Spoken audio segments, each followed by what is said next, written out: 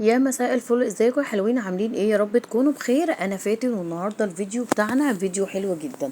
طبعا ولادنا كلها كل الولاد بتحب البيتزا. فعايزه اقول لكم بقى، هكلمكم على منتج جبنه موتزاريلا حلو جدا جدا، وكمان بالنسبه للاسعار اللي بره سعره حلو جدا، وحجمه كمان حلو قوي. وكمان يا بنات، مش عندهم بس جبن، عندهم الحاجات اللي انت بتقدري تستخدميها، اللي هي السلامي والزيتون والطحينه وجبنه. مش موتزاريلا وبس، عندهم شيدر وميكس جبن وانواع جبنه كتير، وكمان الجبنه الرومي المبشوره اللي احنا ما بنستغناش عنها عندهم، وعندهم حاجات كتيره جدا.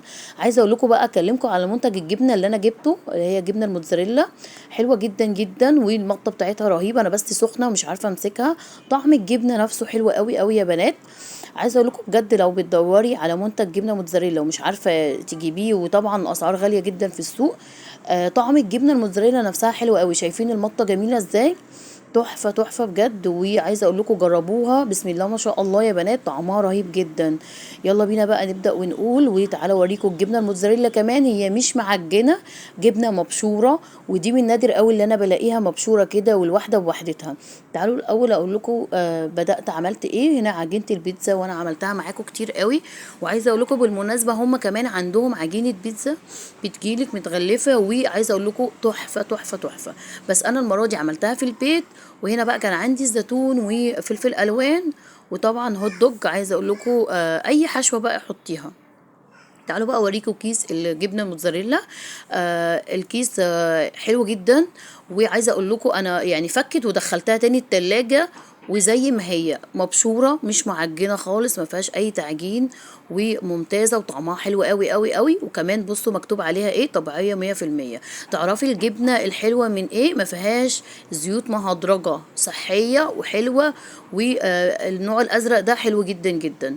طبعا عندهم ميكس جبن، وعندهم جبنه رومي مبشوره، وعندهم بقى كل انواع الجبن، وعندهم بسم الله ما شاء الله اللهم بارك حاجات حلوه كتير. وكمان بقى المفاجاه يا بنات، ان سعرهم حلو جدا جدا.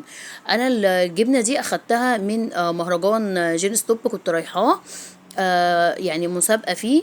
زي مثلا ايه، هقول لكم يعني كنا عاملين كده وصفات، والحمد لله المهرجان كان جميل وناجح. طبعا شركه روما كانت موجوده. عايزه اقول لكم بجد، اول مره اجرب الجبنه، قلت هجربها واعملها فيديو لو عجبتكم. لو عجبتني الجبنه وعجبتني نوعها، وكمان عايزه اقول لكم سعرها حلو قوي. عايزه اقول لكم بجد، لو انت قاعده في البيت عايزه تعملي مشروع، تقدري تستخدمي الجبنه دي وتوزعيها لاهلك وقرايبك. طبعا هي مش جبنه بس، عندهم حاجات كتيره حلوه جدا. انا هنا بوريكم نوع الجبنه اللي انا جبتها من السوبر ماركت. عايزه اقول لكم عباره عن حته عجين. الفرق بينها وبين الجبنه روما في فرق جامد يا جماعه. الجبنه دي جبتها مجرد طلعتها واستخدمتها ودخلتها تاني، عايزه اقول لكم لقيتها حته عجينه ما فيهاش اي مط خالص. اما جبنه روما يا بنات، عايزه اقول لكم جبنه مبشوره، مهما دخلت يعني استخدمت منها شويه ودخلتها الفريزر زي ما هي بالظبط. طعمها رهيب جدا، وكمان مبشوره مش بتعجن خالص. وعايزه اقول لكم بقى المطه بتاعتها رهيبه جدا. تعالوا بقى اقول لكم، انا يعني بوريكم كده البشره بتاعت الجبنه. شايفين الجبنه قد ايه؟ باينه كده ان هي قطع مش معجنه خالص. ودي تاكدي ان المنتج الجبنه اللي انت جايباه حلو جدا بجد، حلو. وانا مش بعمل ريفيو ولا حاجه، انا بقول لكم تجربتي مع الجبنه دي. عايزه اقول لكم حلوه قوي، وسعرها جميل بصراحه. الجبنه زي ما انتم شايفين كده، شايفين بشر الجبنه باين وواضح ازاي، عكس الجبن اللي انا استخدمتها كتير من السوبر ماركت، سعرها بيبقى غالي. مجرد ما اخد من الكيس واحطه تاني في الفريزر بلاقيه معجن، وكمان ملهاش اي طعم. لكن طعم الجبنه هنا حلو جدا. وكمان عايزه اقول لكم من غير زيوت مهدرجه، طبيعيه 100%، وكمان سعرها حلو قوي. دي الكيس ده 400 جرام. وعايزه اقول لكم اللهم بارك، يعني بسم الله ما شاء الله، تحس ان في بركه.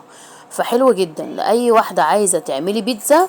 من نجاح البيتزا بتاعتك هي العجينه والجبنه نفسها. هم طبعا عندهم عجينه البيتزا جاهزه، لو عايزه تشتريها جاهزه تقدري تشتريها جاهزه. هسيب لكم اللينك بتاع الجبنه بتاعت روما، الصفحه بتاعتهم في اول تعليق مثبت للي حابب يشتري من عندهم. بجد حلوه جدا. ان شاء الله متاكده المنتج هيعجبكم، وتدعوا لي دعوه حلوه، لان انا عن نفسي عجبتني الجبنه وسعرها حلو جدا مناسب للجميع. هنا بقى فردت العجينه معاكم. انتوا زي ما انتوا شايفين كده، انا عامله العجينه بتاعتي بالزعتر، ودي يعني العجينه المفضله بالنسبه لي. هقول لكم اكتب لكم المقادير برضك في صندوق الوصف، للي ما شافش الفيديوهات بتاعتي. انا عامله كذا فيديو للبيتزا، لان انا من عشاق البيتزا انا واولادي. عايزه اقول لكم العجينه دي يا بنات عجينه، بصوا بتقدروا تتحكمي فيها بكل سهوله، تحفه وهشه وكمان اقتصاديه وتحفه بجد. هنا عندي بقى حطيت شويه زعتر على الصلصه. انا بستخدم الصلصه دي حلوه جدا، اللي هي بتاعه السوبر ماركت، اي نوع عندك. لو ما عندكيش يعني تقدري تعملي صلصه الطماطم في عندك بتاعه البيتزا في البيت. بس انا بصراحه بسهل كتير، تقدري كمان تحطي كاتشب، سهل عليكي الوقت وبتطلع النتيجه حلوه. ابتديت بقى بعد ما عملت العجينه زي ما انتم شايفين، العجينه اللي فيها دي يا فاتن انا حاطه فيها زعتر، عجنها بالزعتر. عايزه اقول لكم ريحتها قلب البيت. بجيب الشوكه بتاعتي كده و اعمل كده فتحات في البيتزا عشان ما تقبش مني وتبقى عامله زي رغيف العيش. لازما المعلومه دي مهمه جدا تعمليها في البيتزا بتاعتك، حتى لو هتعملي البيتزايه الكبيره مش الميني بس. وهنا بقى بحط الصلصه بتاعتي. الصلصه بتاعتي عليها شويه فلفل اسود ورشه من الزعتر، وابتديت بقى افردها كده على الميني بتاعتي او البيتزايه بتاعتي زي ما انتم شايفين بالشكل ده. عايزه اقول لكم بجد حلوه جدا، جربوها.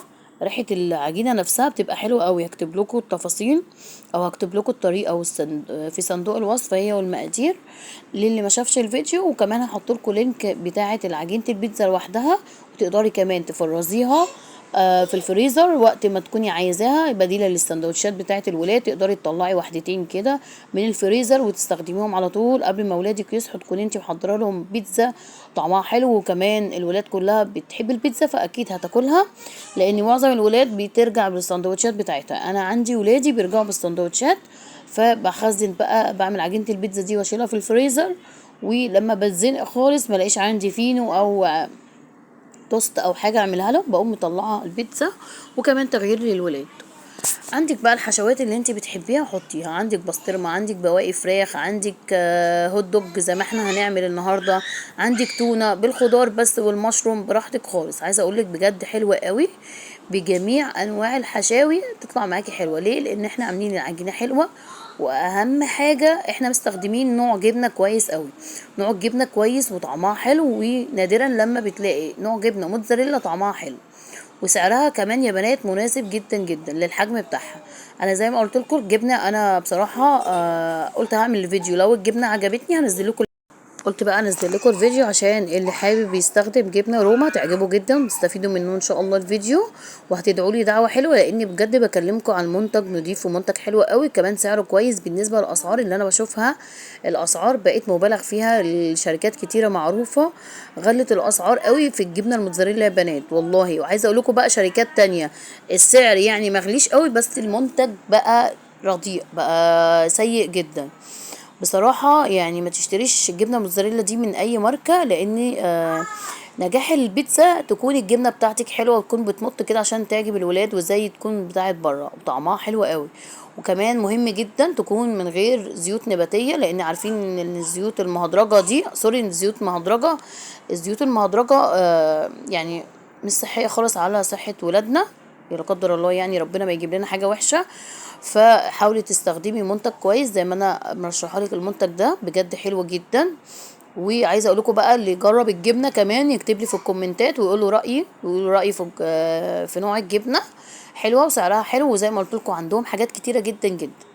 هنا بقى ابتديت بقى احط الحشوات بتاعتي، فلفل الوان وزيتون، وزي ما انا قلت لكم بقى الحشوات المتاحه عندكم. انا هحط هنا الزيتون والهوت دوج، ولادي بيحبوها بالهوت دوج قوي. عايزه اقول لكم مره جربتها بالشاورما طلعت رهيبه رهيبه بجد. اعملي كل حاجه في البيت ووفري فلوسك تطلع الحاجه كمان. يعني بصراحه نص كيلو دقيق عمل لي كميه رهيبه من الميني. انا بعملها ميني صغيره عشان ايه؟ ولاد ما يهدروش فيها وتبقى شكلها حلو كمان. شايفين بسم الله ما شاء الله الحشوات بتاعتنا زي ما احنا شفتوا فظيعه. تعالوا بقى اوريكم الجبنه. شايفين الجبنه؟ الجبنه يا بنات رهيبه رهيبه بجد. شايفين قد ايه حلوه، وشايفين قد ايه اللي مبشوره، يعني تحسي كده ان هي لسه مبشوره فريش، مع ان انا شلتها زي ما قلت لكم في الفريزر فكت ورجعت حطيتها تاني وما عجنتش مني ولا اي حاجه زي ما بجيب معظم الجبن اللي انا جبتها. هنا بقى البيتزا بتاعتي هدخلها في الفرن بتاعي على درجه حراره 160 في الرف اللي في النص. هتاخد 10 دقايق هتطلع معاكي بالشكل ده. عايزه تعلي عليها الشوايه شويه فتقدري بقى تفتحي عليها الشوايه. لو بتحبي كده الوش بتاعها يبقى احمر شويه، بس زي ما انتوا شايفه التسويه بتاعتها تحفه جدا. هتاخد معاكي من 5 دقايق ل7 دقايق، مش اكتر من كده، لو حسب الفرن بتاعك. وطبعا ما تكونش النار عاليه قوي عشان معاكي تستوي البيتزا بقى. عايزه اقول لكم ريحتها فظيعه. الزعتر اللي انا حاطاه في العجينه والصلصه عايزه اقول لكم حلوه قوي قوي. بتحسي كده ان انت واكله، والله العظيم بجد كل اللي كان منها انبهر. بتحسي ان انت واكله بيتزا احلى من بتاعت بره، مخدومه. الجبنه نوعها كويس جدا جدا، طعم الجبنه حلو قوي قوي يا بنات. والمطه بتاعتها تحفه تحفه، وسعرها زي ما قلت لكم سعرها حلو جدا. شايفين البيتزا بسم الله ما شاء الله، نص كيلو دقيق عمل لي الوريمه دي. وعايزه اقول لكم طبعا فاض جبنه شلتها بقى في الفريزر، وان شاء الله هعمل معاكم وصفه حلوه قوي بيها. شايفين دي بقى حمرت كده الوش شويه، بحبها اللون ده بصراحه، بتبقى تحفه تحفه. عايزه اقول لكم بجد يعني جبنه يا بنات فظيعه فظيعه بجد. طعم الجبنه حلوه قوي، والمطه بتاعتها حلوه، بس انا للاسف كانت سخنه جدا وانا بطلعها زي ما انتم شايفين كده. فعايزه اقول لكم معرفتش اتمكن قوي من الجبنه، بس بصراحه هتشوفوا دلوقتي حاجه هتبهركم هتبهركم. طبعا عجينه مستويه زي ما قلت لكم، في عجينه بيتزا عندهم جاهزه. لو عايزه توفري عليكي يعني ما تعملي العجينه في البيت، تشتري العجينه من عندهم جاهزه. وعندهم جميع الحشوات اللي تقدري تستخدميها في البيتزا، وعندهم زيتون، وعندهم انواع الجبنه، جبن كتيره قوي زي الجبنه المبشوره الرومي، وميكس جبن، وانواع جبن كتير قوي. يا رب النهارده الفيديو بتاعي يعجبكم، وكمان الوصفه بتاعتي تكون عجبتكم. عايزه بقى اوريكم المطه بتاعت الجبنه الرهيبه دي. تعالوا نشوفها مع بعض. ما تنسيش بقى تحطي لايك وشير وسبسكرايب لفاتن، كومنت حلو زيكم يا بنات، بحبكم قد الدنيا كلها.